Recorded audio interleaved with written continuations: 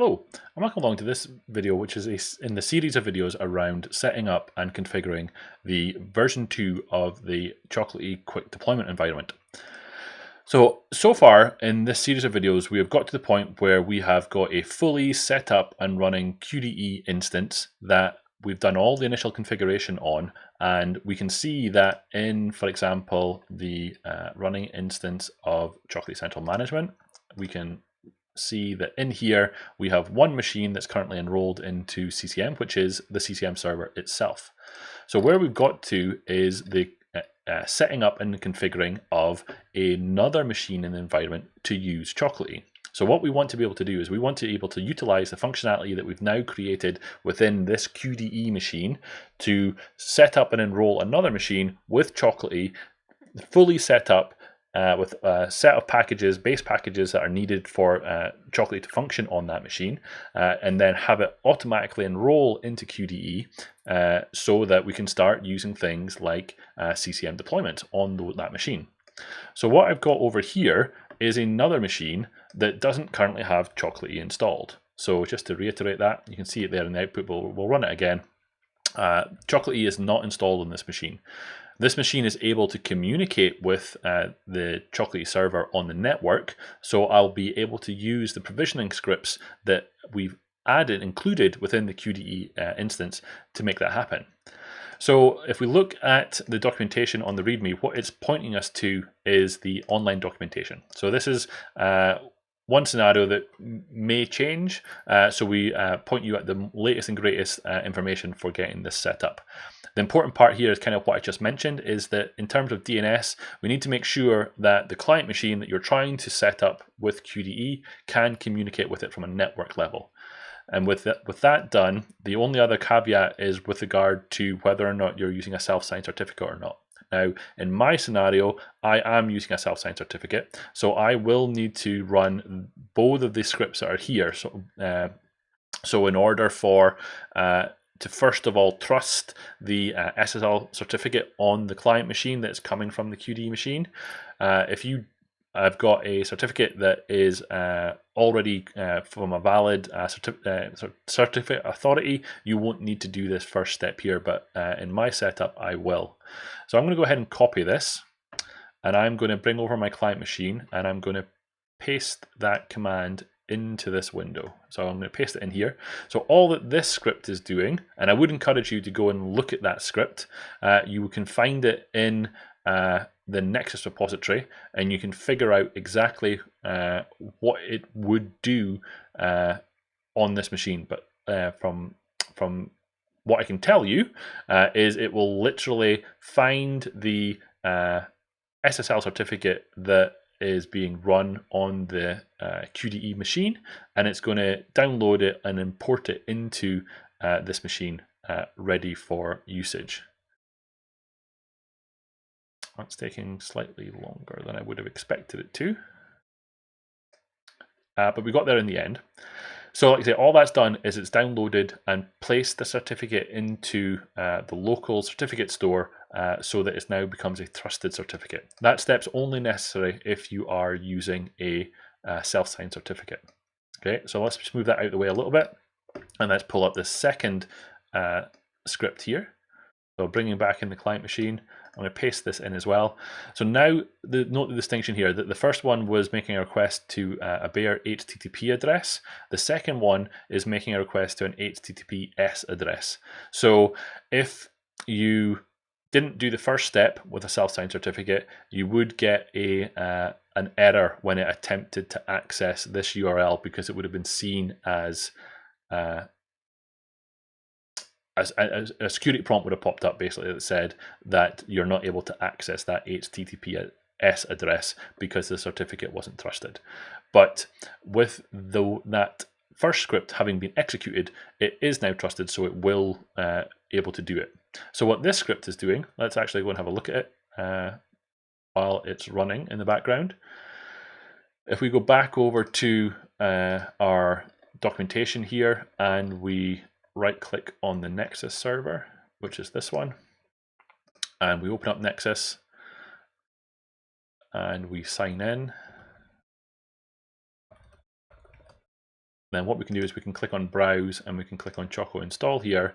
And what it's doing is this script. So we can click on this and we can actually have a look at it. So what it's doing here is it's setting up and configuring all of the recommended chocolatey packages, chocolatey configuration, and chocolatey features. So it's a script that you can augment for your own requirements. If you need it to do something different to what we've got here, you absolutely can change this file and have that run on your client machines. So back over here, we'll see certain things happening. So the red text that's popping up here is when it's coming to perform the installation of the chocolatey extension. So there's a little bit of a chicken and egg problem happening here. One is that the chocolatey license file has already been placed onto the file system. So Chocolatey thinks that it should have the Chocolatey extension in place because the license file is there. Because that Chocolatey extension isn't quite there yet, it throws an error. But that's only on the initial installation of Chocolatey and Chocolatey extension. So this error, you won't see this again unless the license expires for some reason. So that's what's happening there. So again, I would encourage you to look at the script that's in the just above my head here to ensure that you're happy with this. The default configuration will install Chocolatey GUI as well as the Chocolatey agent onto the machine, and those are the components that can be utilized on a client machine for performing non-administrative user installations of packages. That's what Chocolatey agent's there for, and you can use Chocolatey GUI to facilitate that as well, to give them a non-administrator user user interface they can use rather than using the command line version of Chocolatey.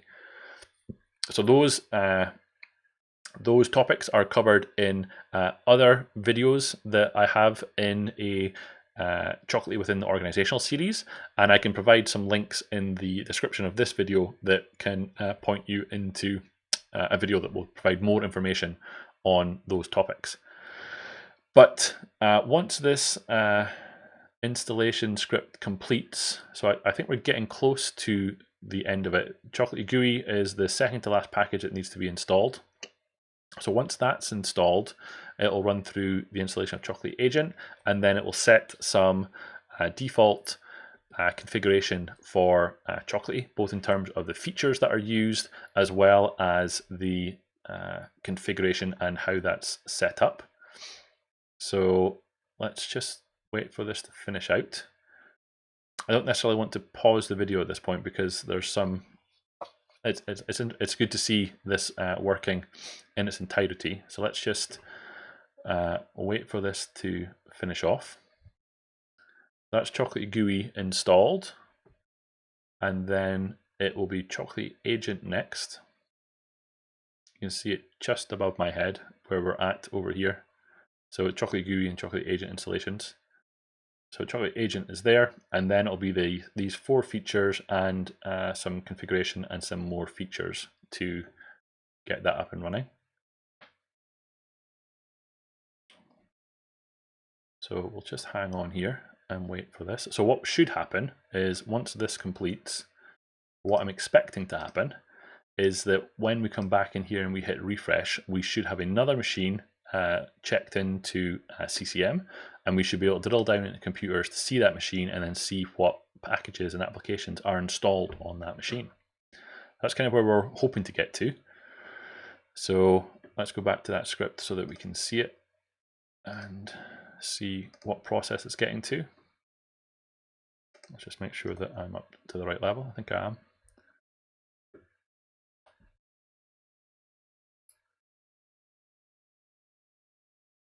I perhaps should have given this client machine a little bit more horsepower than I think I have given it before starting the video, but we're there now. So let's just let it finish out. Let's maybe actually have a quick look to see what is taking a long time on this machine. Put this over here.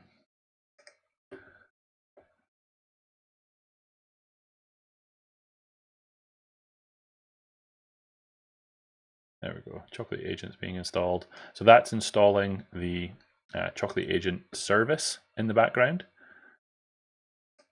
That will run as a a Windows service on the machine,